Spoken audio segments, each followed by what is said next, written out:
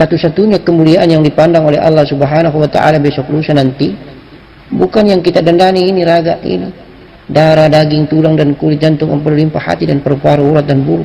Bukan ini yang dimuliakan Allah nanti, karena yang bakal dimuliakan Allah nanti, diperhatikan Allah nanti, yang bakal mempertanggungjawabkan kehidupannya daripada benda mati ini nanti adalah yang tidak pernah kita perhatikan dan tidak pernah kita jaga, ialah nafas kita itu.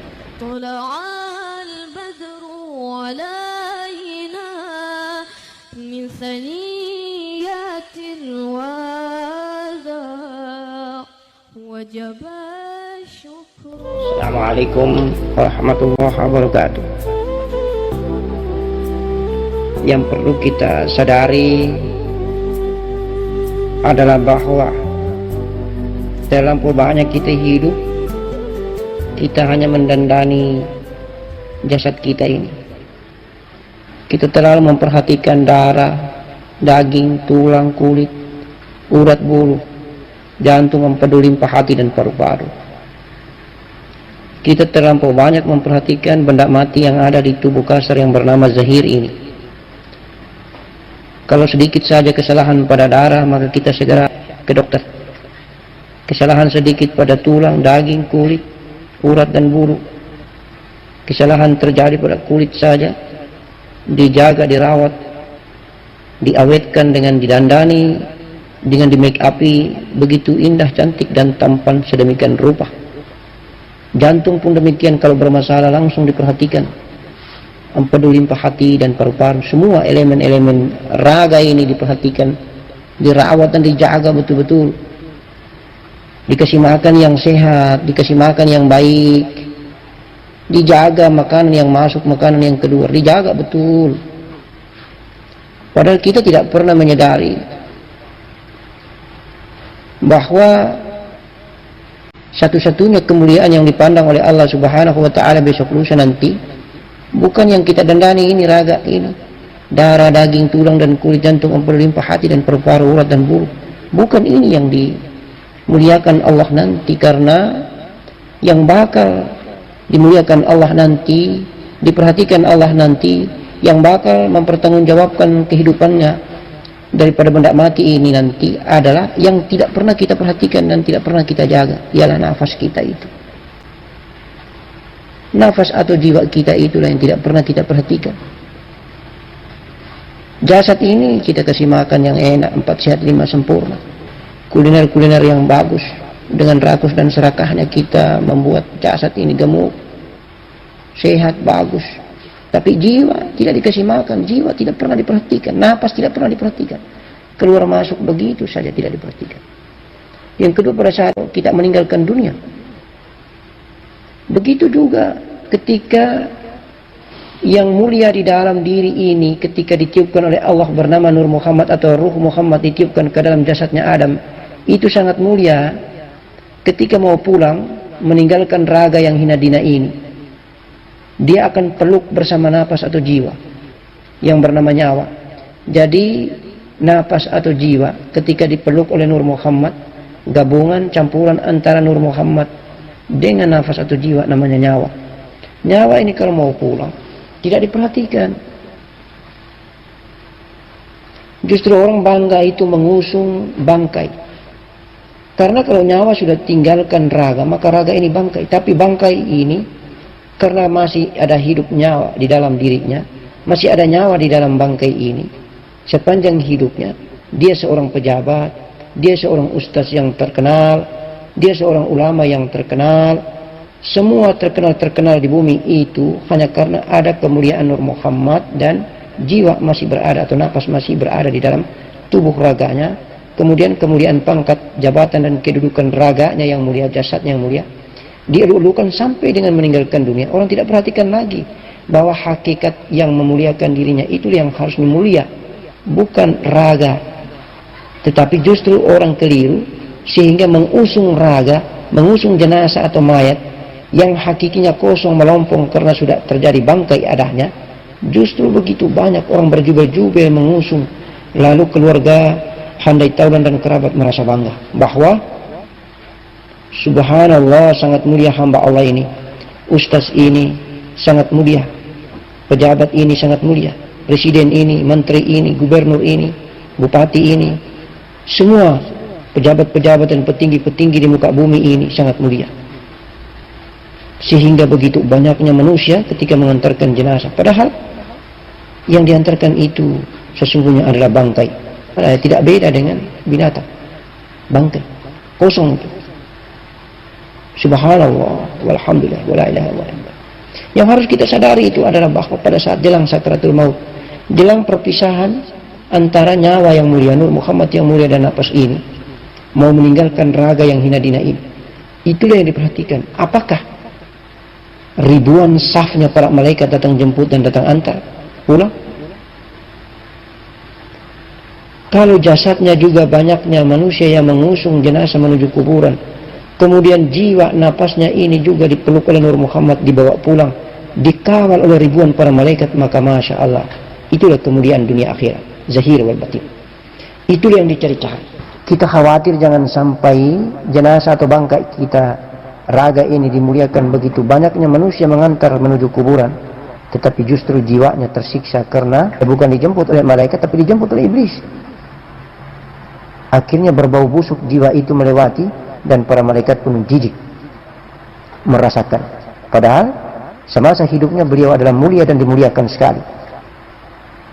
Nah, ini yang banyak kita keliru memandang.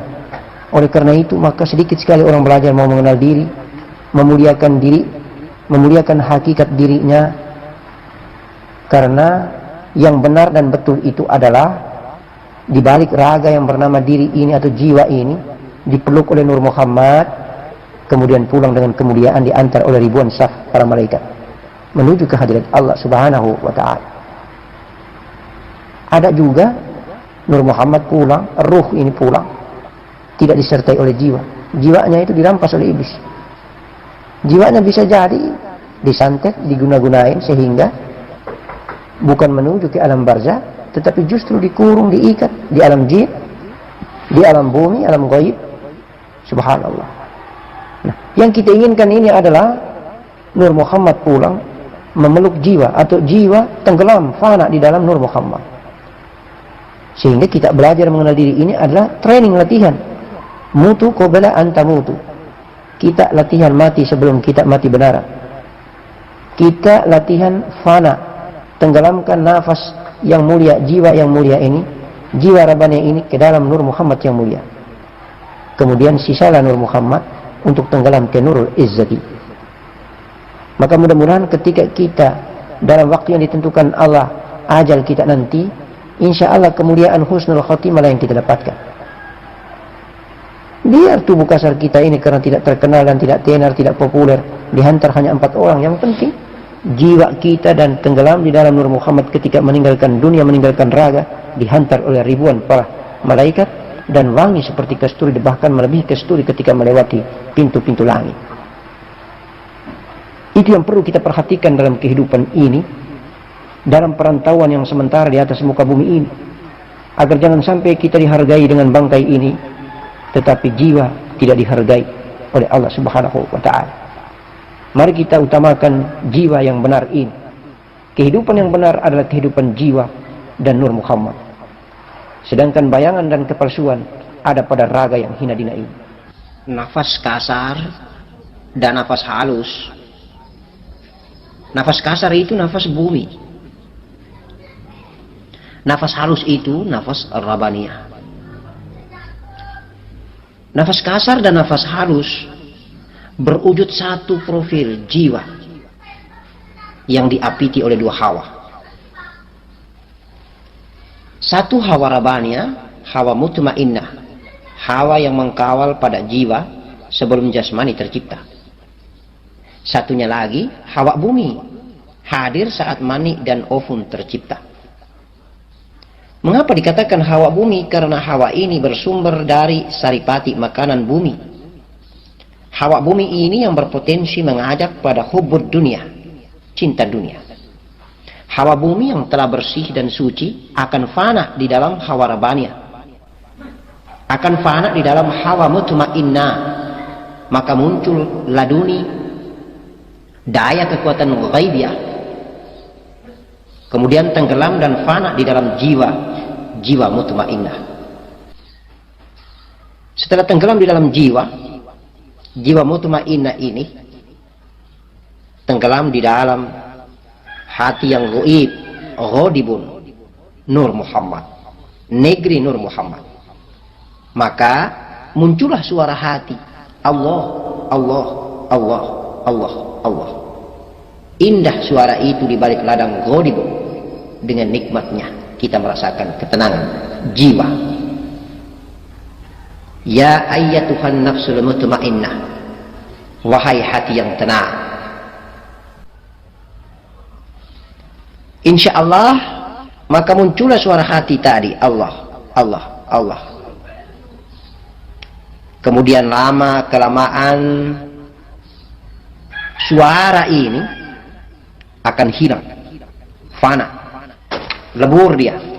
Maka mi'rajlah hamba itu untuk kemudian Nur Muhammad yang di dalamnya ada jiwa yang tenggelam, lebur, tetapi siap pula untuk tenggelam dan fana, lebur di dalam nur zat Allah. Jadi suara hati tadi, Allah, Allah, Allah, lama kelamaan dia akan hilang, fana, lebur dia. Ketika lebur, Allah mengangkat hijab.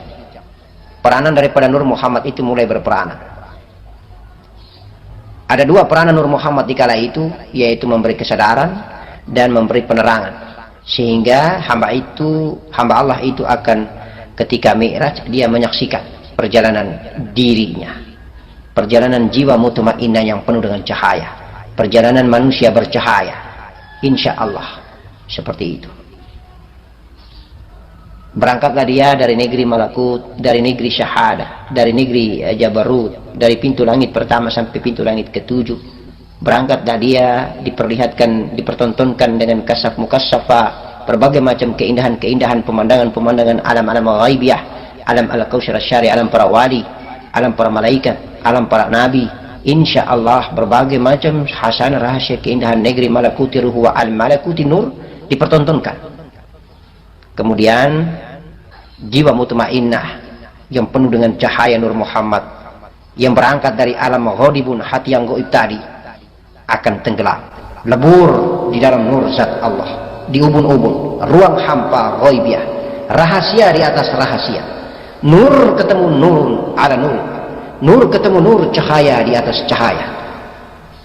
Maka dengan seketika mengalir pula rahmat mani dan ufum, kenikmatan jasmani hakiki pun kembali ke alam bumi. Pulangnya sang kekasih meninggalkan rahmat cinta yang penuh dengan kenikmatan husnul khatimah. Ini adalah merupakan tahapan-tahapan perjalanan yang panjang, singkat, tetapi butuh mujahadah, butuh kesabaran, butuh kepatuhan dan istiqomah serta ketelatenan kita di dalam merangkak.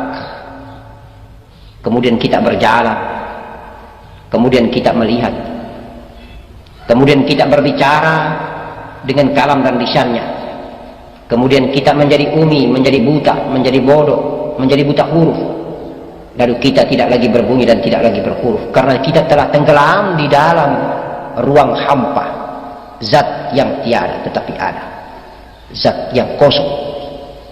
Kita adil dalam keberadaan sebagai nafas dan jiwa mutmainnah.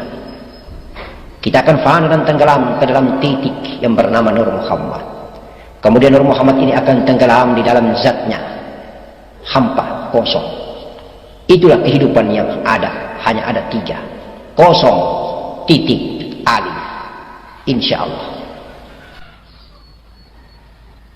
Rahasia perjalanan ini adalah merupakan rahasia yang harus dialami, dilakoni dan dirasakan.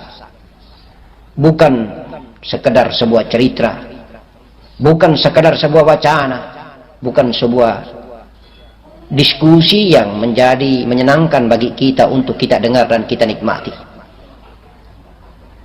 Bukan sebuah khayalan, bukan sebuah fantasi ghaibiyah yang menjadi renungan dan bahan cerita berkepanjangan dari hari ke hari dan waktu ke waktu. Tetapi semuanya ini adalah merupakan sebuah perjalanan kenyataan yang ada. Faktual ghaibiyah, aktualisasi ghaibiyah, mi'raj yang gaib tetapi nyata. Subhanalladzi asra bi'abdihi lailan minal masjidil haram ila al-masjidil aqsa. Barakna haulahu linuriyahu min ayatin innahu huwas samiul basir. Allahumma salli ala sayyidina Muhammad wa ala ali sayyidina Muhammad. Assalamualaikum warahmatullahi wabarakatuh.